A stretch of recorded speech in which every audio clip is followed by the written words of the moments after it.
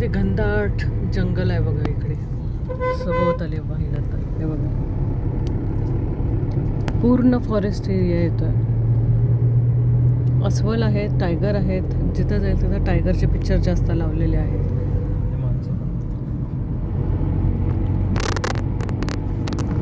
इथे तुम्हाला बोर्ड दिसतील सगळे.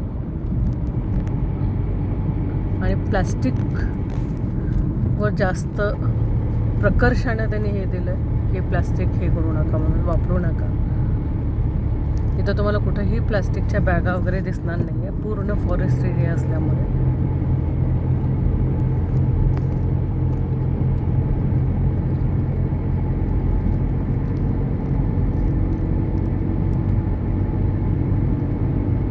प्रत्येक हॉटेलमध्ये मोठमोठे कुलके जे असतात ते भरून ठेवलेले असतात.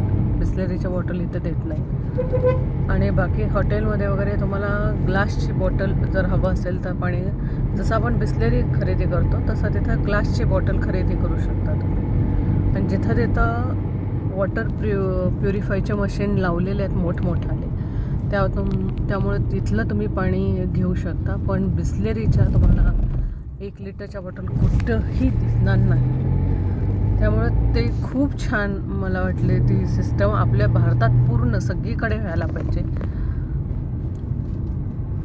आणि स्वतः आपण पण काळजी घेतली पाहिजे की जिथं जाईल तिथं प्लेट्स, प्लास्टिक टाकणं, तो कचरा कुठंही टाकणं हे आपल्याकडून झालं नाही पाहिजे.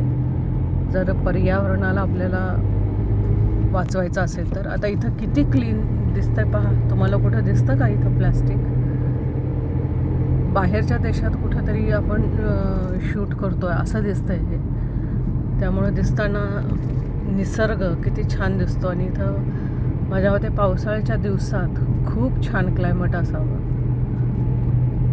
फक्त वळणं जास्त आहेत. खाली पाताळगंगाच्या इथं डॅम मोठाच्या मोठा आहे. अतिशय सुंदर छान.